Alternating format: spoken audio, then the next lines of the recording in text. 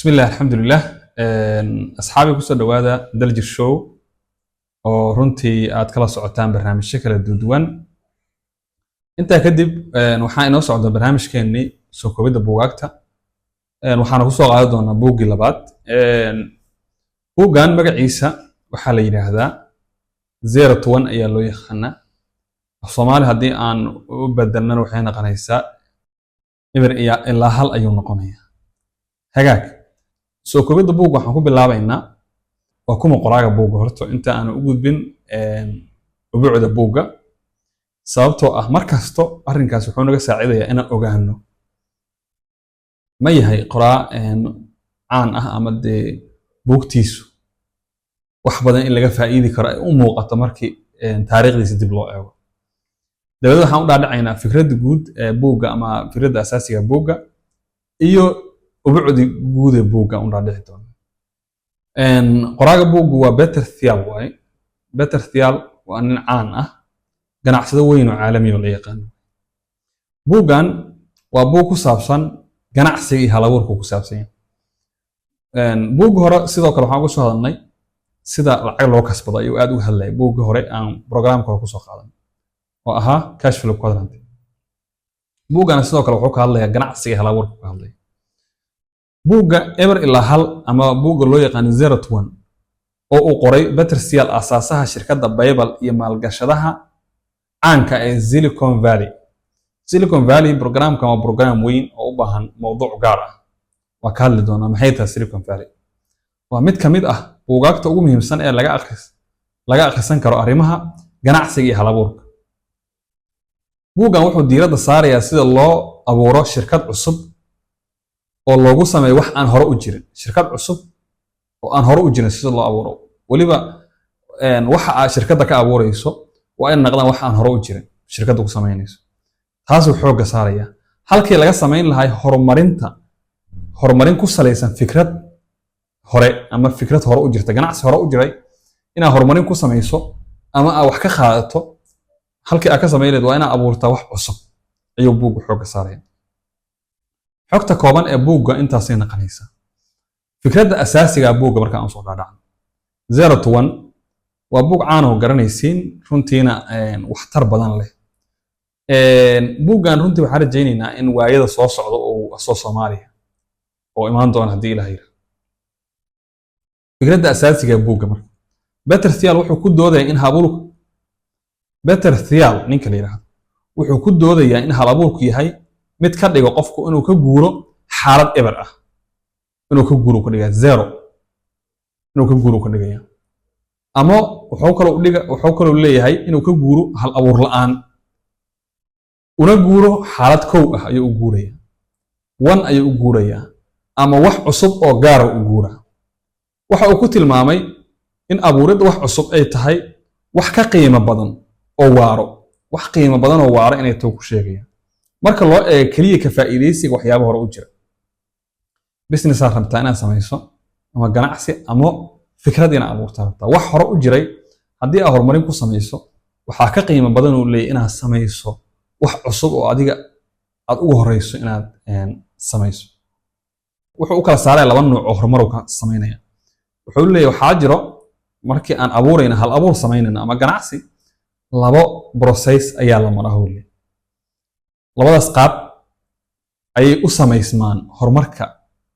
hal abuurka ama dhaqaalaha ama ganacsiga aan dhahay hagaag kan koowaad waxaa loo yaqaan horizontal progress ayaa loo yaqaan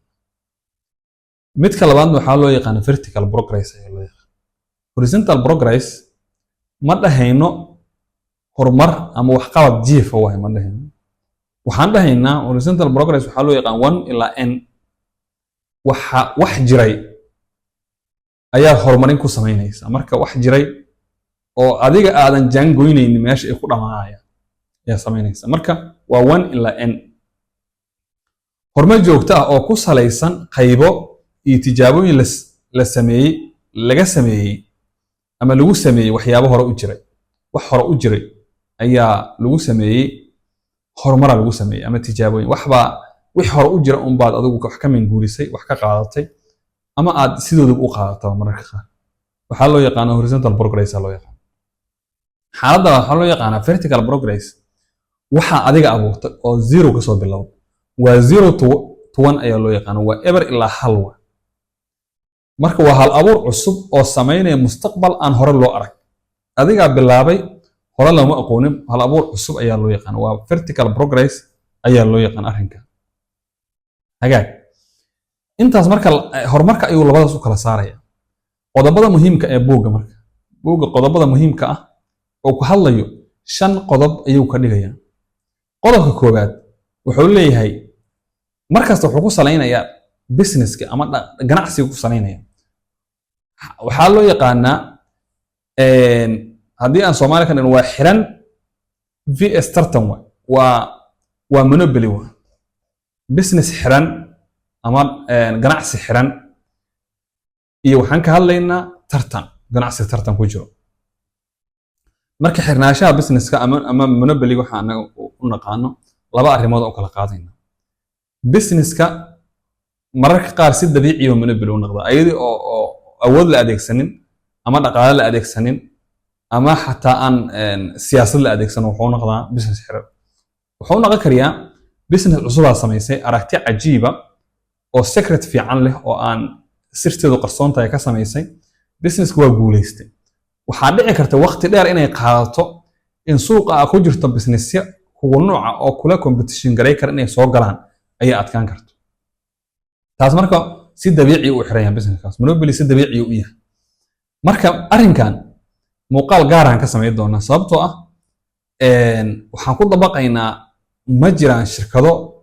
noocaas oo caalamka ka jiro sidoo kale wadankeena ma ka jiraan shirkado noocaan ah arrinkaas marka arrin gaar u noqonayo wuxuu u baahan yahay muuqaal gaar ah weyn waxaa ka soo horjeeda marka arrinkan competition kaga soo horjeeda ama tartanka siyaad wuxuu ku doodaya in shirkadaha guuleystay aysan ku tiirsanayn tartan balse ay abuuraan meelo cusub oo aysan cidina kula loolamayn wax cusub ay la yimaadeen oo ayagaa suuq cusub samaystay marka suuqaas ayay ku raaxaysanayaan muddo ama waxaaba laga yaabaa inay abidkooda iskaga raaxaystaan dhici karto marka maadaama aan lagu loolamayn ay haystaan sir qarsoon awood hal abuuro xoog lana ay marka hore wax ku bilaabeen ama ku dhiseen shirkadu waa inay yeeshaan waxyaabo gaar ah oo aysan tartiimayaasha kale garanayn ama kala bixi karin waa inay leeyihiin marka xogtoodu waa inay xog dhowrsan ama qarsoon ay tahay arrinka labaad qodobka labaad ee qodobada muhiimka ah buugga mowduucyadii hore loo falanqeeyey waa in dib loo xoojiyaa arrinkan wuxuu ka hadlayaa buuggu wuxuu dhiirigelinayaa in qofka hal abuurka ahi uu dib u qiimeeyo su'aalaha asaasiga ah sida waa maxay runta dad badan u haystaan inay sax tahay laakiin ay run ahaan tahay qalad runta dad badan u haystaan inay sax tahay laakiin run ahaan qalad ah oo aanba sax ahayn maxay tahay su'aashan waa inuu weydiiyo su'aashan waxa ay qofku ku dhiirigelinaysaa inuu ka fikiro qaab cusub oo ka baxsan fikirka guud inuu u fikiro inuu asaga muraayad weyn samaysto maxaa la yiraahdaa goob weyn oo ku fikir inuu samaysto oo markasto marka wax ka fikiraba uusan raadin istiraatiijiyada iyo qaacidooyinka laga sameeyay arrinkan adiga laga rabaa inaad istiraatiijiyad cusub raacsan karto qaacido cusubna heli karto qasab maahan inaad isku taxallujiso waxaani hore mu u jireen sababtoo wax cusub inaad samaysaa rabtaa marka su'aashan jawaabteedu waa sidaas sababtoo ah waxaa hore loo sameeyey istiraatiijiyado qaababa la sameeyey marka dadka markaas waxaa loo sheegaa oo dhagaha looga shubaa in wax aan hore loo marin aysan suuragal ahayn in la sameeyo marka arrinkaas sidaasoo ku qotoma qodobka saddexaad ahamiyadda hal abuurka gaarka ah diyaal wuxuu ku adkaysanayaa muhiimadda hal abuurka oo ah wax ka duwan horumarinta tartanka jira hal abuurku kuma salaysan tartan jira kuma salaysan sababtoo wax cusub ayaad keensanaysaa maadaama wax cusub aad keensanayso tartanba kama jiraba suuqaas arrin wax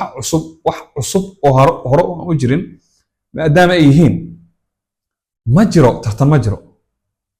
waxa uu leeyahay hal abuurayaashu waa inay diiradda saaraan abuuridda adeegyo ama badeecooyin dunida weli u baahan tahay markasta problem ayaa xalinaysa sida waa yaqaaneen dadka dhaqaalayahanka ama dadka ganacsiga iyo hal abuurku aad u yaqaaneen ganacsiga iyo hal abuurku badana wuxuu xalliyaa dhibaato jirto xalliyaa marka wuxuu kugu dhiirigelinayaa ninka la yiraahdo Peter Thiel buuggiisa Zero to One markastoo hal abuurayaashu waa inay diiradda saaraan abuuridda adeegyo iyo badeecooyin dunida ay weli u baahan tahay wax loo baahan yahay waa inaad diiradda saartaa wax suuqa ku wada jiro oo suuqi competition xoog la ka jiro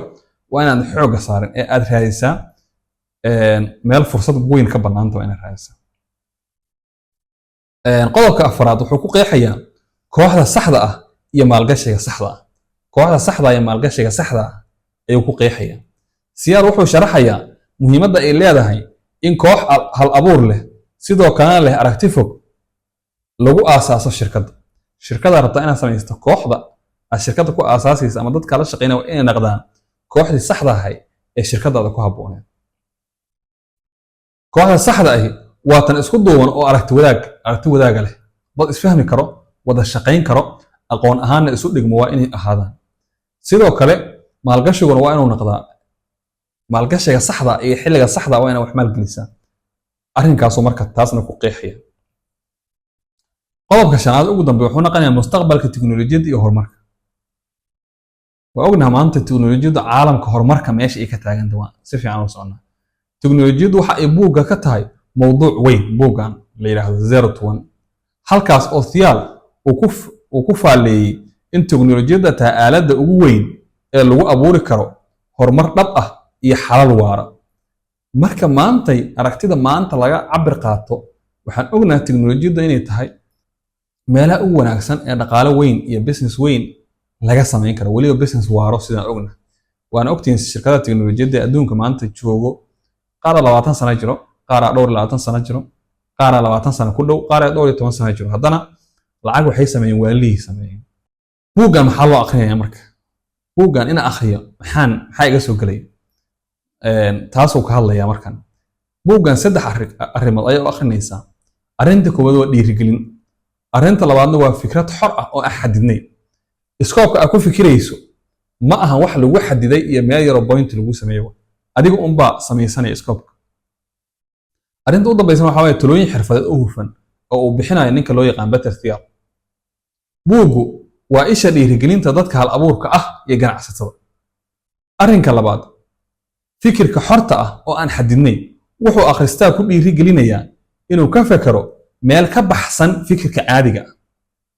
dadka caadiga ah ee suuqan ku wada jiro wax ka baxsan waa inaad ka fikirtaa si aad ula timaado wax aysan ayagu markaa haysan ugu dambayn talooyin xirfadeed oo hufan ayuu bixinayaa